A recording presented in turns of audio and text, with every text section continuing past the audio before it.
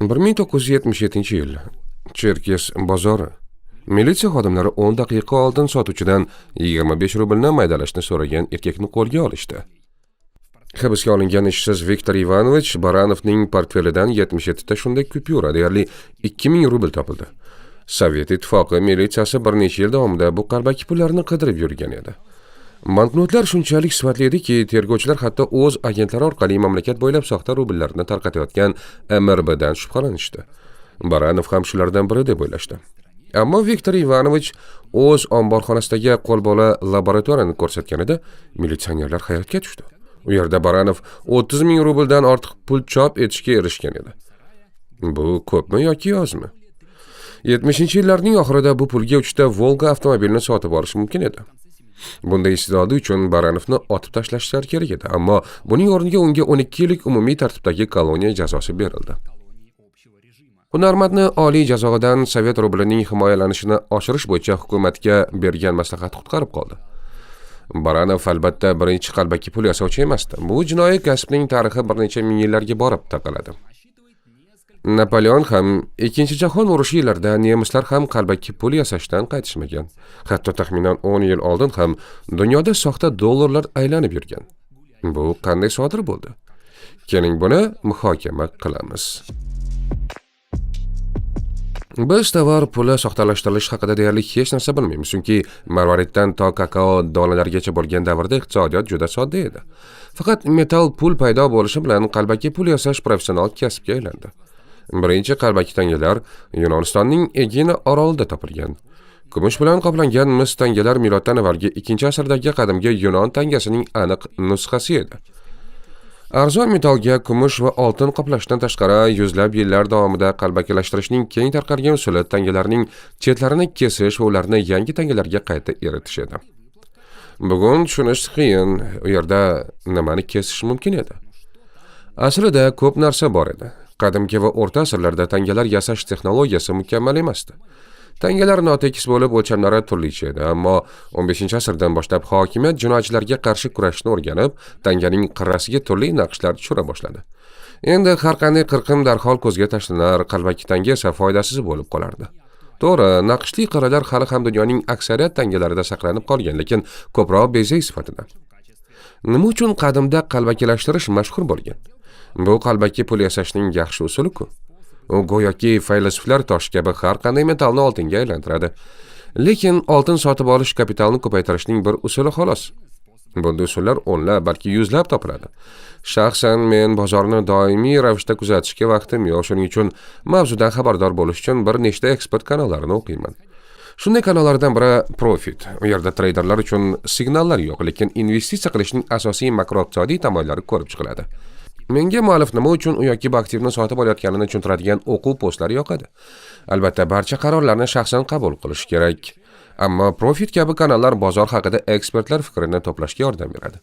Men uni muntazam o'qib boraman, shuning uchun sizga ham obuna bo'lishni tavsiya qilaman. Kanalga havola tavsifda bo'ladi. Endi davlatlar darajasidagi qalbakilashtirishga o'tamiz. Chunki qalbakilashtirish bilan faqat fuqarolar shug'ullangan deb o'ylash noto'g'ri. Monarxlarning o'zlari ham ko'pincha xazinaga qo'l uradilar. Zero qimmatbaho metallardan pul zarb qilgan hukmdor ertami-kechmi byudjet taqchilligiga duch keladi. Oltin va kumush shunchaki yetishmay boshlaydi. Dastlab muammoni g'aznachilar hal qilishgan. Ular tangalarga yashirincha arzonroq metallar, mis yoki nikel aralashtirishgan. Lekin natija bitta bo'ldi. Odamlar qimmatbaho metallardan yasalgan yaxshi tangalarni saqlab qolishga va yomon tangalar bilan to'lashga harakat qilishdi. Pul muqarrar ravishda qadrsizlandi, inflyatsiya boshlandi va fuqarolarning real daromadlari pasaydi. Grisham qonuni aynan shunday ishlaydi. Yomon pullar doim yaxshi pullarni siqib chiqaradi. Ha, yanglish eshitmadingiz. O'sha Kopernikning o'zi. Qizig'i shundaki, davlat oddiy metaldan tanga zarb qilishni rasman e'lon qilsa ham, Grisham qonuni ishlayveradi. Aslida bu ichki devalvatsiya. Arzon tangalarning qimmatbaho tangalarga nisbatan kursi tobora pasayib boradi va oxir-oqibat hech kim yangi pullarni qabul qilishini xohlamay qoladi. 15-asrda Rus o'lkasida xuddi shunday holat yuz berdi va bu maktab dasturlarida mis qo'zg'oloni deb ataluvchi xalq qo'zg'oloni bilan yakunlandi. Qiziq joyi shundaki, Grisham qonuni banknotlarga nisbatan ham amal qiladi. Masalan, Rossiya imperiyasining barcha pul islohotlari ulkan harbiy xarajatlarini ta'minlanmagan qog'oz pullar bilan qoplash bilan bog'liq edi. 16-asr o'rtalarida Yekaterina Buyuk tomonidan chiqarilgan birinchi banknotlar bir-biriga teng almashtirilgan. Ammo qo'lda bosma dastgoh bo'lsa, bu juda ham jozibali bo'ladi. Amalda esa Aleksandr bir davrada banknotlar rublga emas, balki 30 tiyinga almashtirilardi. Ajablanarlisi shundaki, bu hatto Rossiya imperiyasiga ham qo'l keldi. 1812-yilgi urush boshlanganida Napoleon fransuz armiyasini moliyalashtirish uchun soxta rubllar chop eta boshladi. U bu pullar bilan o'z askarlariga haq to'lar, shuningdek, dehqonlardan oziq-ovqat sotib olishga urinardi. Fransuzlarning qalbaki pullari hatto haqiqiy rus pullaridan ham sifatliroq edi. Biroq Napoleonning rejasi ikki sababga ko'ra barbod bo'ldi. Birinchidan, dehqonlar bosqinchilarga oziq-ovqat va yem-xashak sotishni xohlamasdi. Ikkinchidan, bunday qog'oz pullarga oddiy xalqning talabi yo'q edi. Kuchli inflyatsiya tufayli fransuz askarlarining haqiqiy maoshi 1 yil ichida 2 barobar kamaydi. Napoleonning moliyaviy rejasi muvaffaqiyatsizlikka uchradi. Chekinish paytida fransuzlar qalbaki pullarini yoqib yuborishgan. Ammo pullarning bir qismi bugungi kungacha saqlanib qolingan. Aytishlaricha, bugungi kunda Napoleon 100 rublini taxminan 8000 dollarga sotib olish mumkin ekan. Ikkinchi jahon urushi yillarida natsistlar bosib chiqargan qalbaki funtlarni esa sotib ola olmaysiz. Ular funtni qadrsizlantirish va dushman iqtisodiyotini izdan chiqarish uchun banknotlarni vertolyot pullari sifatida ishlatilishini va ularni Britaniya orollari ustiga tashlashni rejalashtirishgan. Vertolyot pullari tushunchasi bugungi kunda ham iqtisodchilar tomonidan qo'llaniladi, ammo butunlay boshqa ma'noda. Bu haqida batafsil ma'lumotni Telegram kanalida o'qishingiz mumkin. Britaniya pul tizimini izdan chiqarish uchun 1942-yilda natsistlar Sachsenhausen konslagerining matbuot, o'ymakorlik va bank ishi bo'yicha tajribaga ega bo'lgan 140 nafar yahudiy mahbusidan iborat maxsus guruh tuzdilar. 7 oydan so'ng konveyerdan birinchi banknot chiqdi va bu ajoyib edi. Guruhda hatto pullarni eskirtirish usulini o'ylab topishdi. Mahbuslar qator bo'lib turishar va bir-birlariga qog'oz uzatishar, go'yo pullar haqiqatan ham muomalada edi. Mukammal qalbaki funt yaratilganidan so'ng natsistlarning rejalari o'zgardi. Birorta ham banknota samolyotdan Britaniya tuprog'iga tushmadi. Ammo nemis razvedkasi butun dunyo bo'ylab o'z agentlariga soxta pullar bilan haq to'lagan. Ulardan biri bilan qiziq voqea sodir bo'ladi. Elis Bazna Turkiyada josus bo'lib ishlab, urush davrida 300 ming funt sterling boylik to'plagan. U albatta unga soxta pul to'lanayotganini bilmasdi. Shuning uchun urush oqibatlari barham topgach, Bazna bu pulga biznes ochishga qaror qildi. Ammo Angliya banki muomalada qalbaki pullar borligini bilardi. Shuning uchun bunday katta summani sinchkovlik bilan o'rgana boshlaydi.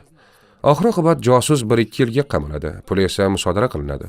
Bugungi kunda dunyodagi eng ko'p qalbakilashtiriladigan banknota 100 dollar, chunki bu dunyodagi eng mashhur valyutaning nominal qiymatidir. Har yili sayyoradagi barcha valyuta operatsiyalarining yarmidan ko'pi dollarda amalga oshiriladi. 90-yillarning oxirida shov-shuvli voqea sodir bo'ldi. Butun dunyo bo'ylab haqiqiy Amerika dollari paydo bo'la boshladi.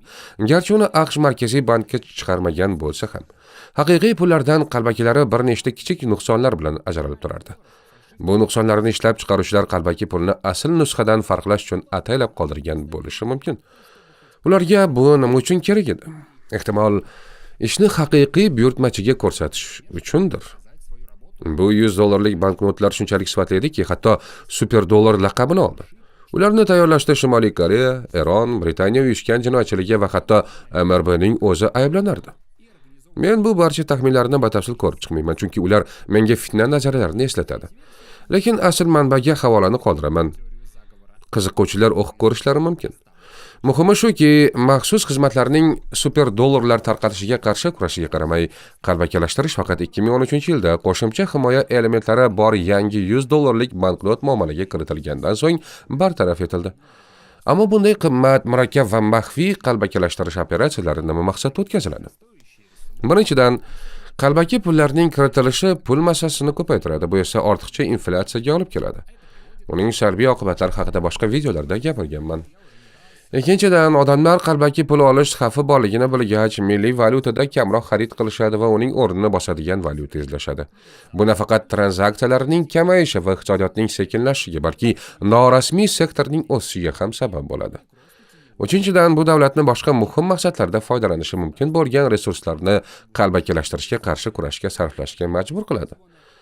Shu bois ba'zida iqtisodiyotdagi qalbakilikni yo'q qilish uchun urushdan keyingi SSRdagidek keskin choralar qo'llaniladi. Ulug' Vatan urushi yillarida Sovet ittifoqidagi narxlar rejali iqtisodiyot sharoitida 2-3 baravar oshdi. Bu davrda pul massasining ma'lum qismi qalbaki edi. Shuning uchun 1947-yilda hukumat musodara qiluvchi islohot o'tkazib, 10 ta eski so'mni bitta yangisiga almashtirishdi. Shunday ayirboshlashning 1-2 haftasi ichida deyarli barcha qalbaki pullar muomaladan chiqarildi. Axir qo'lingizda qalbaki pul borligini bila turib, bankka pul almashtirgani bormaysiz-ku. Bugungi kunda qalbaki pul yasash tobora kamayib borayotgan mashg'ulotga aylanmoqda. So'nggi yillarda butun dunyo bo'ylab naqd pulning himoyalanganligi sezilarli darajada oshdi. Shuning uchun qalbaki kupyuralar ulushi atigi 1% tashkil etadi. Rossiyada bu ko'rsatkich yanada past. 1 million banknotdan faqat 4tasi qalbaki. Ba'zida qalbaki tangalar ham uchraydi. Ular faqat kolleksionerlar va qimmatbaho metallarga sarmoya kirituvchilar uchun xavfli, ammo oddiy odamlar uchun xavf tug'dirmaydi. Qalbaki kupyuralarning aksariyati yirik yoki mayda nominallarda bo'ladi. Rossiyadagi naqd pullarning 99% banknotlar bo'lib, ularning 84% 1000 rubllik kupyuralar bilan qoplanadi. Jinoyatchilar ahmoq emas va ko'pincha aynan 5 minglikni bosib chiqarishadi, chunki bu foydaliroq. Shuning uchun har qanday valyutadagi qalbaki pullarni aynan yirik nominallar orasidan izlash kerak. Yaqinda Dog'istonda qalbaki pul yasovchilar guruhi qo'lga olindi. Ular kichik bir qishloqda yashirin sex qurib, bu yerda soxta 5000 rubliklarni bosib chiqarishgan. Qalbaki pullarni sotishning asosiy bozorlari kichik shaharlar bo'lib, u yerlarda odamlar kupyuralarni tekshirish bilan shug'ullanishmaydi. Qalbaki pul yasashning keng tarqalmaganligining ikkinchi sababi butunlay boshqacha tamoyil asosida ishlaydigan elektron to'lovlarning paydo bo'lishi. Markaziy bank buyurtmasi bilan bosmaxonada chiqariladigan naqd puldan farqli o'laroq, naqd bo'lmagan pulni tijorat banklarining o'zlari chiqaradi.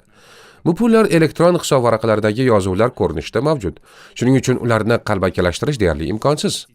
Aksincha, bank hisobingizning xavfsizligi haqida qayg'urishingiz kerak. Zamonaviy firibgarlik allaqachon pul qalbakilashtirishdan ishonuvchan fuqarolardan pulni tortib olishga o'tgan. Jinoyatchilar har kuni o'nlab sxemalarni o'ylab topishadi, toki siz ularning hisobiga ixtiyoriy ravishda pul o'tkazasiz. Ularning barchasini kuzatish va xato qilmaslik deyarli imkonsiz. Ammo pul undirishning har qanday sxemasidan o'zingizni himoya qilishning oddiy va universal usuli mavjud. Yaqinda u haqida Telegram kanalimda yozgandim. Havolani tavsifda qoldiraman.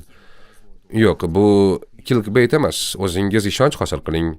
Bu videoni tayyorlashimni qo'llab-quvvatlagan Boost'dagi kanalim homiylariga alohida minnatdorchilik bildiraman. Agar video sizga yoqqan bo'lsa, like bosing va obuna bo'lishni unutmang. Men iqtisodiyot haqida hech kimga o'xshamagan tarzda so'zlayman. Keyingi videolarda ko'rishguncha.